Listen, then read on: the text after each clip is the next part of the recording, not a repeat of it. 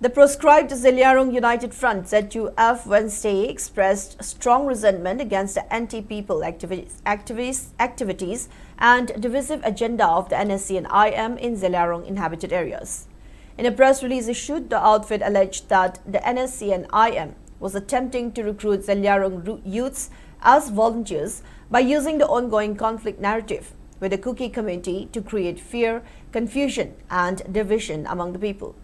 The ZUF alleged that such activities were damaging the unity, progress and peaceful coexistence of the Zeliarong community.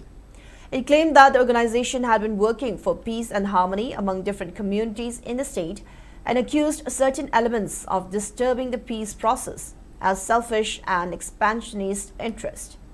The outfit further alleged that 6 to 7 illegal checkposts had been established along National Highway 37 by Nscn-Im cadres and their associates, leading to harassment of commuters, transporters and civilians.